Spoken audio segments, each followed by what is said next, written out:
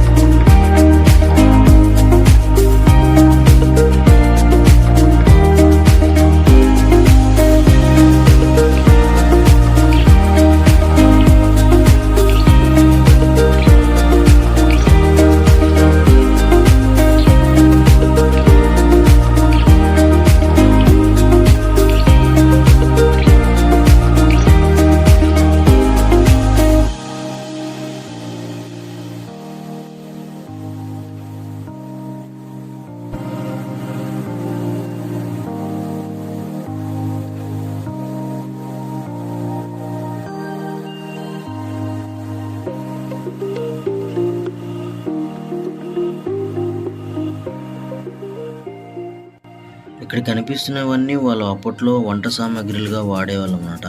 ఇప్పుడు మనం వాడేటివన్నీ ఇవి కావు, మొత్తం ఎలక్ట్రానిక్స్ అనమాట. వీటిలో వాడడం వల్లే వాళ్ళు అన్నేసి రోజులు బతికేవాళ్ళు. మనం 40 సంవత్సరాలకే పోతున్నాం. అప్పట్లో ఈ ఎలక్ట్రానిక్స్ అనేటివి లేవు. సో అందువల్ల వాళ్ళు చెక్కలతో చేసుకున్న గరిటెలు, కుండలో వండుకునే ఫుడ్, వాళ్ళు అప్పట్లో రాగులు, జొన్నలు ఇలాంటి ఫుడ్ తినేవాళ్ళు. వాళ్ళు పండించుకున్న ఫుడ్ వాళ్ళే తినేవాళ్ళు. ఆర్గానిక్గా పండించేవాళ్ళు అనమాట. ఇక్కడ కొండ ప్రాంతం కాబట్టి స్టెప్గా ఫార్మింగ్ చేస్తారు. ఇక్కడ రకరకాల పంటలు అనేది పండిస్తారు. సో ఈ చిన్నపిల్లడు చూడండి, వాళ్ళ అమ్మ వంట చేస్తుంటే ఆ అబ్బాయి వాకిట్లో కూర్చొని ఎదురు చూస్తున్నాడు. 90s కిడ్స్కి చాలా అనేది ఇది గుర్తొస్తుంది.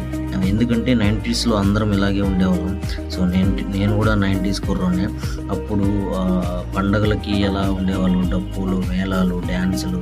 ఇప్పుడు ఈ డప్పులు, బ్యాండ్లు అనేటివి ఏమీ లేవు. ఇప్పుడు పండగ అంటే డీజే, టపాసులు, కాలుష్యం, సౌండ్ పొల్యూషన్ ఇవన్నీ ఎక్కువ అయిపోయాయి. సో అందువల్లే మనం 40 సంవత్సరాలకి పోతున్నాం, ఎంజాయ్ చేయలేకపోతున్నాం. మేబీ నేను అరకులో ఉన్న ఈ మెయింటైన్ చేస్తున్న వాళ్ళకి చాలా థ్యాంక్స్ చెప్పాలి. ఎందుకంటే అప్పటి ఆచారాలను కళ్ళకు కట్టినట్టు చూపిస్తున్నందుకు.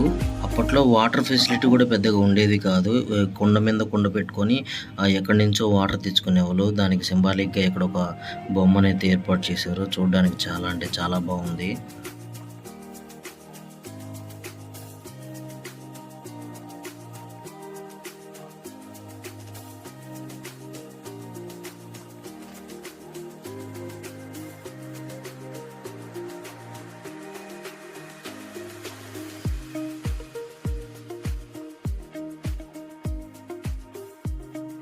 అప్పట్లో ఎవరైనా తప్పు చేస్తే ఇలాగ పంచాయతీకి పిలిచి మందలు ఇచ్చేవాళ్ళు. ఇప్పట్లో కోర్టులు, పోలీసులు ఉన్నట్టుగా.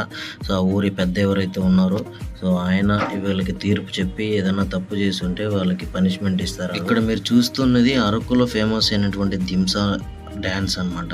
సో ఆ స్టాచ్యూస్ దగ్గర చాలా మంది ఫొటోస్ దిగుతున్నారు. చెప్పాను కదా చిన్నపిల్లలు ఆడుకోవడానికి చాలా యాక్టివిటీస్ అనేటివి ఉన్నాయని. ఇక్కడ ఉయ్యాలుంటే మా ఊడు బాగా ఊపేస్తున్నాడు దాన్ని. ఎక్కువసేపు ఊగితే మళ్ళీ దాన్ని కొనిమంటాడని వెళ్ళిపోయాము.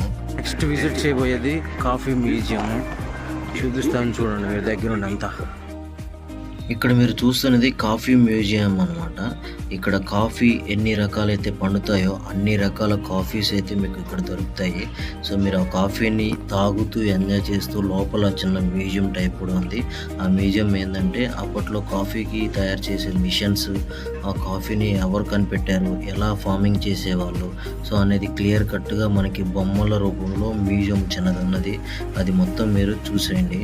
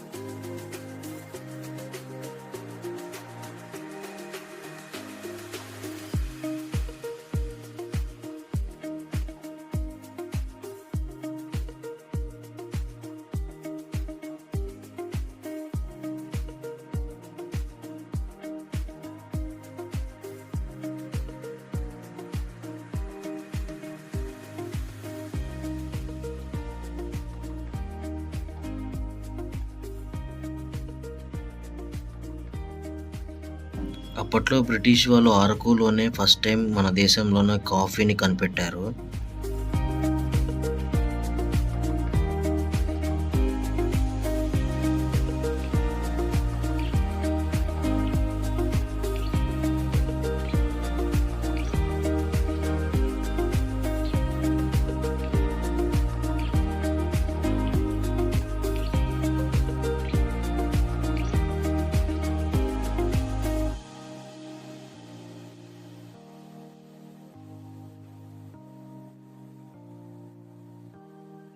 మనం అరకులో చూడబోయేది నెక్స్ట్ చాక్లెట్ ఫ్యాక్టరీ. ఈ ఫ్యాక్టరీలోకి టికెట్ వచ్చేసి అడల్ట్స్కి 60, చిల్డ్రన్స్కి 30. చాక్లెట్ ఫ్యాక్టరీలో చాక్లెట్స్ని ఎలా తయారు చేస్తారనే మొత్తం ప్రొసీజర్ అయితే ఉంది. దానికి సంబంధించిన మిషన్లన్నీ ఉన్నాయన్నమాట ఇక్కడ. సో నాకైతే పెద్ద వర్త్ అనిపించలేదు వీళ్ళు తీసుకున్న టికెట్కి. ఇక్కడ మేము చూసిన దానికి చాక్లెట్ షాప్స్ అయితే చాలా ఉన్నాయి, మీకు నచ్చిన చాక్లెట్స్ అయితే ఇక్కడ కొనుక్కోవచ్చు. ఈ చాక్లెట్ మిషన్స్ ఏవైతే ఉన్నాయో వాటిని నీట్గా మెయింటైన్ చేయట్లేదు అనమాట, వదిలేసి. అరకుకి మీరు ట్రైన్లో వచ్చే పని అయితే అరకు చేరుకునే లోపల వైజాగ్ నుంచి 11 నుంచి 12 టైం అవుతుంది. మీరు రూమ్కి వెళ్ళేసి ఫ్రెష్ అప్ అయిపోయి మీ ఆఫ్టర్నూన్ టైం వేస్ట్ కాకూడదు అనుకుంటే అరకు లోకల్లో ఉన్నటువంటి చాక్లెట్ ఫ్యాక్టరీ, ఈ ట్రైబల్ మ్యూజియం, మీకు టైం కుదిరితే చాక్లెట్ ఫ్యాక్టరీ పక్కనే పద్మాపురం గార్డెన్ అనేది ఉంటుంది. ఇవన్నీ లోకల్లోనే ఉంటాయి. ఆటో వాళ్ళకి మీకు తెలిసినట్టుగానే చెప్పండి, లేదంటే వాళ్ళు మీ దగ్గర ఎక్కువ ఛార్జ్ చేస్తారు. ఇక్కడ వెళ్ళడానికి సర్వీస్ ఆటోలు ఉంటాయి, లేదంటే 3 కలిపి చూపించడానికి 300 నుంచి 400 అయితే ఛార్జ్ చేస్తారు. మీకు నచ్చిన ఆటోని సెలెక్ట్ చేసుకొని వెళ్ళొచ్చు. సో డే 2కి సంబంధించి నెక్స్ట్ వీడియో అయితే చేసి పెడతాను.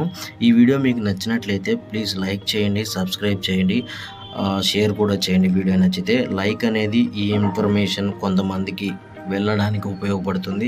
ప్లీజ్ లైక్ చేయండి అబ్బా, చాలామంది చూస్తున్నారు కానీ సబ్స్క్రైబ్ చేసుకోవట్లేదు.